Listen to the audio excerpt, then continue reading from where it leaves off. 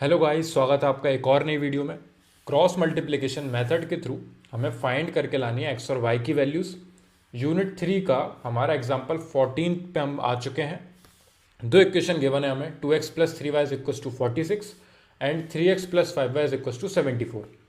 Solve करना है cross multiplication method के थ्रू। ठीक है, हम इस वाले क्वेश्चन में थोड़ा स्पीड में चलते हुए चलेंगे, क्योंकि अभी तक हमने जो सॉल्व करे तो उसमें मैं आपको प्रोसेस समझाने पे ज़्यादा वर्क कर रहा था। अब मैं चाहता हूँ कि आप इसको और स्पीड में समझने की कोशिश करें, ताकि आपकी भी स्पीड इंक्रीज होगी उस वे में। ठीक है, तो जो स्टेप्स हैं बस हम उन पे फोकस करेंगे मेनली।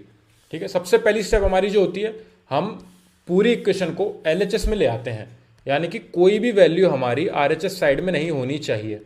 तो ये जो हमारा 46 जो न्यूमेरिकल वैल्यू है वो हम इस साइड ले आए, तो हमारा इक्वल्स टू में 0 रह गया। सेम हम करेंगे सेकेंड इक्वेशन में भी। 3x प्लस 5y के साथ हम ले आएंगे, ये माइनस का 74 हो जाएगा इधर आके, ताकि इक्वल्स टू में उधर भी हमारा 0 बचे। ये हमारी फर्स्ट स्टेप होती है। ठीक है, जो भी स्टेप वाली लाइनिंग होंगी मैं उन्हें रेड लाइन से कर रहा हूँ कि हमारी पहली स्टेप है। और हमारी सेकेंड स्टेप जो होगी, यहाँ से हमारी सेकेंड स्टेप शुरू होती है। सेकेंड स्टेप में हम ये जो x y और जो कांस्टेंट वाली वैल्यू हम लिखते हैं, हम यहाँ पे लिखेंगे x सेम y और यहाँ पे लिखते हैं 1। आप ब्रैकेट में कांस्टेंट और लिख लेना ताकि आप कंफ्यूज ना हो। ठीक है, x के नीचे सिर्फ x वाली वैल्यूज को लिखना है। फर्स्ट इक्वेशन में कौन सी वैल्यू है, x के आगे वो है 2। सेकेंड इक्वेशन में क्या है वैल्यू आगे 3। y के आगे क्या वैल्यू है, फर्स्ट इक्वेशन में है 3, सेकेंड इक्वेशन में हमारे पास है 5। एंड जो कांस्टेंट वाला पार्ट है ये हमारे पास माइनस का 46 और यहाँ पे हमारा माइनस का 74। इस तरीके से हम अरेंज करेंगे सेकंड स्टेप में। ठीक है, यहाँ पे देखना आप, यहाँ पे प्लस का 2 क्यों आया, क्योंकि यहाँ पे इक्वेशन में +2 गिवन था, यहाँ पे +3 गिवन था इसलिए +3 आया, और यहाँ पे -46 इसलिए आया क्योंकि माइनस का 46 गिवन था। आप चाहो तो इस ऑर्डर में लिख सकते हो डायरेक्टली, x और y को हटाते हुए x, y और 1 यहाँ पे लिखोगे और उसके जस्ट नीचे आप 2, 3 और -46 लिख दो। फिर आप सेकेंड वाली इक्वेशन में से 3, 5 और -74 लिख दो। इस तरीके से हम अरेंज करेंगे ये x, y और 1 के नीचे जो भी न्यूमेरिकल वैल्यूज हमें अरेंज करनी है। ये हमारी सेकेंड स्टेप हो गई। ठीक है, अब हम थर्ड स्टेप पे बढ़ते हैं। हमारी यहाँ पे कर रहा हूँ मैं क्योंकि यहाँ पे स्पेस नहीं बची है। तो थर्ड स्टेप में हम ये x लिखेंगे यहाँ पे और एक अपॉन का साइन बनाएंगे। इक्वल्स टू में y लिखेंगे, सेम एक और अपॉन का साइन बनाएंगे, और इक्वल्स टू में 1 लिखेंगे और एक अपॉन का साइन बनाएंगे। ये सबसे इंपॉर्टेंट स्टेप होती है, इसको आप स्टार लगा लेना, क्योंकि इस स्टेप पे ही पूरा क्वेश्चन डिपेंड करता है हमारा। अगर हमने यहाँ पे कोई गलती नहीं करी तो हम आगे जो कैलकुलेशन वाला पार्ट है वो तो आराम से सॉल्व कर लेंगे। तो दो स्टेप समझ में आई आपको, किस तरीके से इक्वेशन में सारी चीज़ें लेफ्ट हैंड साइड होनी चाहिए, और सेकंड स्टेप में आप x, y और 1 लिखते हुए उसके नीचे न्यूमेरिकल वैल्यूज पुट करोगे। x के नीचे x वाली वैल्यूज, y के नीचे y वाली, और 1 के नीचे जो भी आपके न्यूमेरिकल वैल्यूज अकेली हैं, कांस्टेंट वाला पार्ट है, x और y वाले पार्ट को स्किप करते हुए जो भी आपकी न्यूमेरिकल वैल्यूज अकेली बची हुई हैं वो आएंगी आपके 1 के नीचे। बस याद रखना ये फर्स्ट इक्वेशन की वैल्यूज हैं और ये सेकंड इक्वेशंस की वैल्यूज हैं। इसमें आप गड़बड़ी मत करना, ऊपर नीचे मत कर देना कोई सी वैल्यू। ठीक है, अब x के नीचे आपको ये वाला पार्ट छुपाना है। मैं यहाँ पे वीडियो में छुपा नहीं सकता, लेकिन मैं इसे रेड से हाईलाइट कर रहा हूँ कि मैं इस वाले पार्ट में x की वैल्यू नहीं लूँगा। कौन से पार्ट में, x वाले पार्ट में। और बाकी की जो वैल्यूज़ हैं आप डायरेक्टली यहाँ पे लिखोगे इस वे में, 3 और 5 जो कि लिखा हुआ था, और माइनस का 46 और माइनस का 74, इसी ऑर्डर में अरेंज कर दोगे आप। बस x वाले पार्ट को छुपा लेना। अब आती है y की बारी। अब y की जब बारी आएगी तो आपको y वाले पार्ट को छुपाना है। ठीक है, तो आप y वाले पार्ट को छुपाओगे तो आपके रिमेनिंग ये दो पार्ट बच रहे हैं। तो याद रखना, आप जब x की वैल्यू लिख रहे हो तब आप x की छुपा रहे हो, लेकिन आप स्टार्ट कर रहे हो y से, उसके बाद इसको लिखते हो। देख रहे हो आप ऑर्डर, 3 और 5 पहले आया है और -46 और -74 बाद में आया है। और जब y की बारी आएगी, जब हमारी y की बारी आएगी तो आप y वाले पार्ट को छुपाओगे, तो पहले ये दोनों वैल्यूज आगे आएंगी। बस यही एक इंपॉर्टेंट चीज है, जो अगर बच्चे गलती से ये 2 और 3 पहले लिख देते हैं जो कि बाद में आने चाहिए, वहीं पे पूरा क्वेश्चन गलत हो जाता है, तो प्लस माइनस की दिक्कत आ जाती है और इन दी एंड आखिरी में जाके आपके आंसर या तो नेगेटिव आ जाता है अगर पॉजिटिव आना था, या फिर कुछ और गड़बड़ी हो जाती है। ठीक है, तो ये जो 2 और 3 और -46 और -74, क्योंकि y वाले पार्ट में आप y को तो छुपाओगे ही, तो जो कांस्टेंट वाला पार्ट है वो आप पहले लिखोगे और उसके बाद जो x के नीचे वाली वैल्यूज हैं आप उनको अरेंज करोगे। अब आते हैं हम थर्ड वाली पे। जब 1 की बात चल रही है, जब आपके कांस्टेंट की बात चल रही है, तो आप 1 वाले पार्ट को छुपाते हुए ये 2, 3 और 3 और 5 डायरेक्टली इसी ऑर्डर में अरेंज कर देना, इसमें कोई भी दिक्कत नहीं है। मेन जो थी चीज़ वो ये था कि आप ये जो y वाला सेक्शन है ये सबसे इंपॉर्टेंट रहता है। इस y वाले सेक्शन में जब आप y की वैल्यू छुपाते हो तो पहले आप ये लिखोगे जो 1 के नीचे वैल्यूज हैं। यहाँ आप पहले x के नीचे वाली वैल्यूज मत लिख देना, उसके वजह से प्लस माइनस की दिक्कत आ सकती है। क्लियर है? नेक्स्ट स्टेप पे आते हैं हम। स्टेप के लिए हम रेड से वापस बना रहे हैं, वापस x अपॉन का साइन बनाया हमने, इज इक्वल्स टू y, एक और अपॉन का साइन एंड 1 एंड अपॉन का साइन। अब है हमारा क्रॉस मल्टीप्लीकेशन, जो मेथड है ना, इसका जो नाम है वो वाली स्टेप है हमारी, क्रॉस मल्टीप्लाई करना है। 3 का आप मल्टीप्लाई करोगे -74 में और 5 का मल्टीप्लाई करोगे आप -46 में। सेम यहाँ पे भी एंड सेम 1 वाले पार्ट में भी। और आप जब मल्टीप्लाई करो तो साइन की दिक्कत होना मत कर देना, यहाँ पे साइन को ध्यान में रखते हुए सॉल्व करना है हमें इस पूरे क्वेश्चन को। जैसे कि 3 का मल्टीप्लाई आप कर रहे हो -74 में, तो -74 लिखना मत भूलना, तभी हमने ये साइन के साथ लिखे थे यहाँ पे, ये प्लस के 3 और 5 और यहाँ पे माइनस के 46 और माइनस के 74, इसी रीजन की वजह से लिखें क्योंकि यहाँ पे साइन के साथ आती है वैल्यू और फिर बीच में आती है माइनस साइन की, जो कि फॉर्मूले में ही है। उसके बाद आएगा आपका 5 मल्टीप्लाई में माइनस का 46, ये बीच वाला जो माइनस साइन है ये फॉर्मूले में ही है। ठीक है, बाकी जो नेगेटिव और पॉजिटिव दे रखी है वैल्यूज वो आपको सेम लिखनी है। y वाले पार्ट में आप देखोगे कि माइनस का 46 का 3 में मल्टीप्लाई हो रहा है, फिर बीच में माइनस साइन आएगा आपका, और 2 का मल्टीप्लाई हो रहा है आपका माइनस के 74 में, इज इक्वल्स टू 1 वाले पार्ट में 2 का 5 में मल्टीप्लाई हो रहा है, माइनस साइन 3 का 3 में मल्टीप्लाई हो रहा है।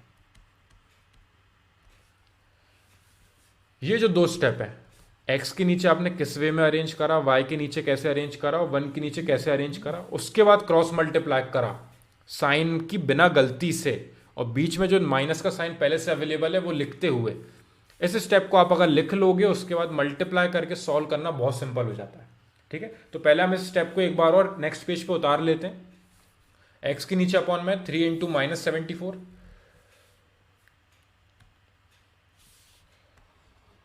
x अपॉन का sign is equals to y upon का साइन इज इक्वल्स टू 1 और अपॉन का साइन।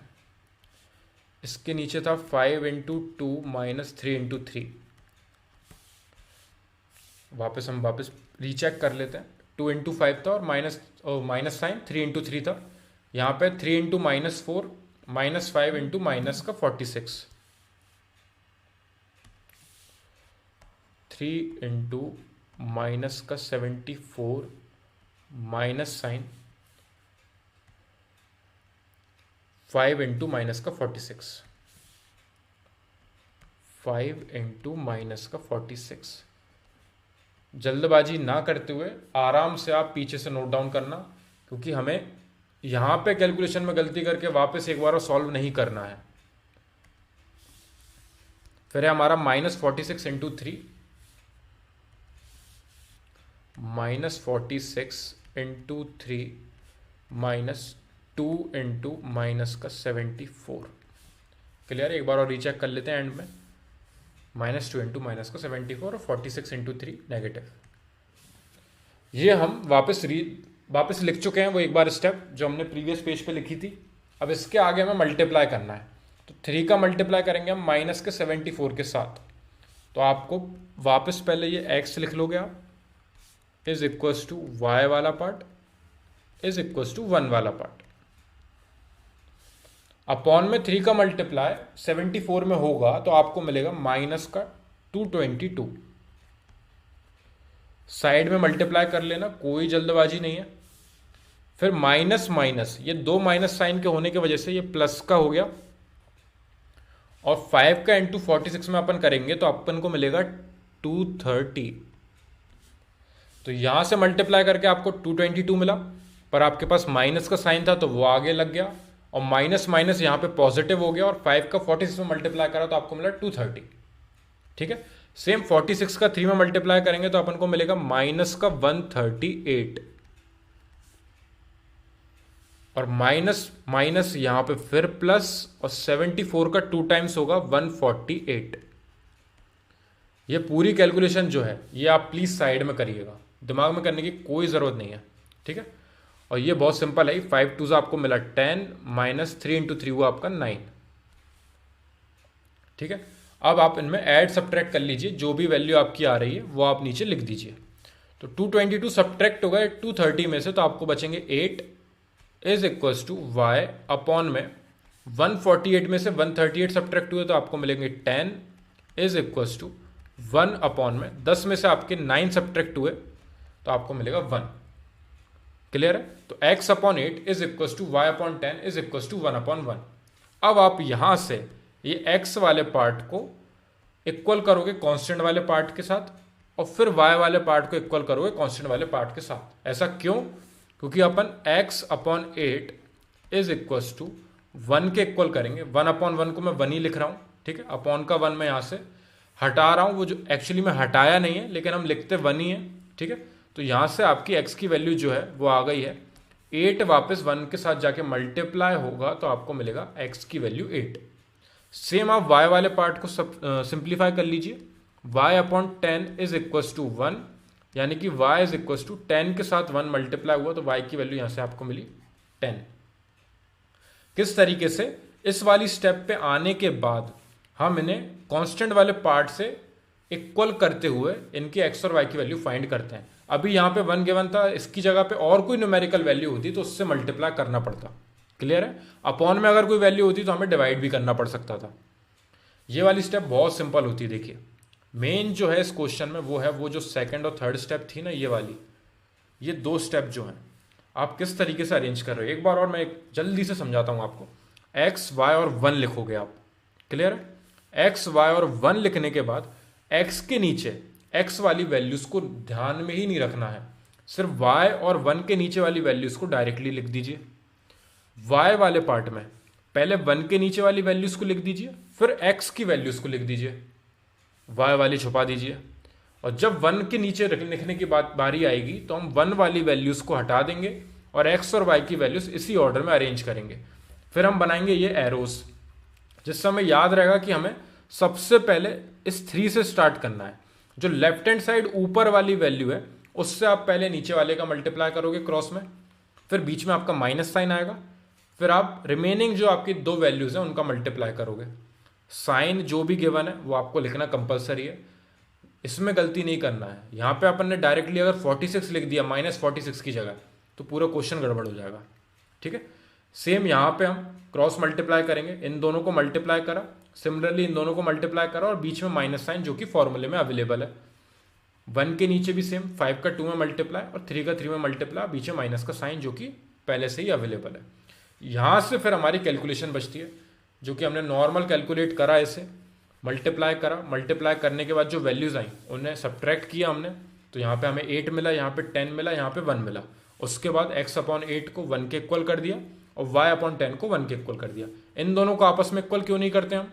क्योंकि इनको आपस में इक्वल करने से कोई मतलब नहीं मिलेगा हमें। x upon 8 is equal to y upon 10 कर दोगे आप वैल्यू फाइंड ही नहीं कर पाओगे x और y की, क्योंकि दोनों अननोन है। इसलिए आप इसको 1 वाले पार्ट के इक्वल करना, सिमिलरली y वाले पार्ट को भी 1 वाले पार्ट के इक्वल करना, तो आपको इन दी एंड आंसर मिल जाएगा। ठीक है, यहाँ पे हमारा क्वेश्चन खत्म होगा। x और y की वैल्यू 8 और 10 आ चुकी है। यहाँ पे आपको पूरे नंबर मिलेंगे 4 में से 4, क्योंकि 4 नंबर का क्वेश्चन आता है मैक्सिमम, ये क्रॉस मल्टीप्लिकेशन मेथड के थ्रू सॉल्व करने के लिए। क्वेश्चन जब आपको मिलेगा ना कि solve the pair of linear equation by cross multiplication method, अगर ये डायरेक्टली इन्होंने ऐसा लिख दिया कि आपको सॉल्व करके एक्स और वाई की वैल्यू फाइंड करनी है, तो आप एलिमिनेशन भी लगा सकते हो और आप सब्स्टिट्यूशन मेथड भी लगा सकते हो। लेकिन क्रॉस मल्टीप्लिकेशन से डायरेक्टली अगर उन्होंने बोल दिया सॉल्व करना है, तो आपको यही अप्लाई करना रहेगा। क्लियर है? कोई भी डाउट हो आपको इस क्वेश्चन में तो आप मेरे को कमेंट सेक्शन में बताना, उसको सॉल्व करके हम नेक्स्ट क्वेश्चन पे बढ़ेंगे। Thank you very much for watching this video.